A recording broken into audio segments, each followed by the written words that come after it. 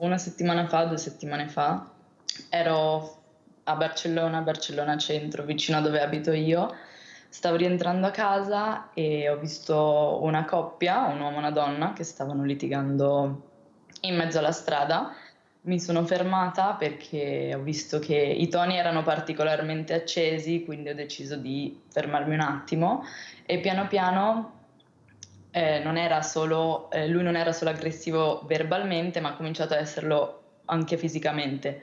Quando questa cosa è diventata troppo, ho deciso di intervenire e cercando di separare le 2 persone, però nel momento in cui ho cercato di dirgli di calmarsi, che se non fosse stato così avrei chiamato la polizia, lui ha reagito in modo violento e mi ha tirato un pugno in faccia, dopodiché ha preso la ragazza e sono scappati. Quindi poi sono tornata a casa, sono stata soccorsa dalle persone che erano lì, c'era un bar vicino e dopodiché il giorno dopo è successo che io sono ripassata davanti al bar e mi ha fermato il barista dicendomi che la ragazza aveva lasciato un biglietto per me e nel biglietto c'era scritto che lei mi ringraziava molto per il gesto che avevo fatto, che grazie a questo aveva preso il coraggio di denunciare la persona e di denunciare tutte le violenze che aveva subito. Che cosa ti ha spinto ad intervenire? Cioè, hai agito di impulso oppure hai avuto il momento per capire la situazione, valutare e razionalmente prendere e